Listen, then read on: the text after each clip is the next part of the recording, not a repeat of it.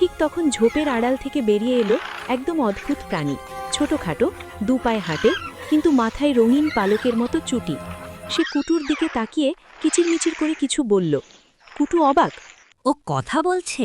প্রাণীটা আবার বলল, এবার স্পষ্ট বাংলা। তোমাদের স্বাগতম, আমি টিক্কু, রয়্যাল মেসেঞ্জার। সাহাদ চোখ বড় করে বলল। এরা বাংলা জানে কিভাবে? টিক্কু গম্ভীরভাবে বলল।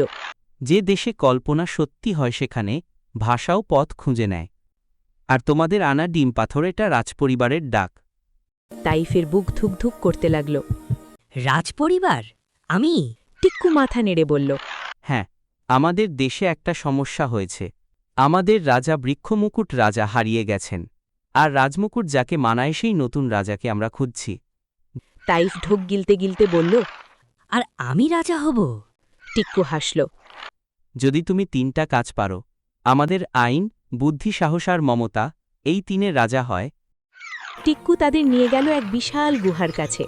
গুহার সামনে পাথরের খোলাই করা দরজা, দরজায় 3টে চিহ্ন, পাতা, পাথর আর পানির ঢেউ। এক বৃদ্ধ ডাইনোসর বসেছিল, গায়ে বর্মের মতো শক্ত খোলস, চোখে গোল চশমা। টিক্কু বলল। ইনি প্রফেসর অ্যাঙ্কলো, উনি বুদ্ধির প্রশ্ন করবেন। প্রফেসর গলা খাকড়িয়ে বললেন।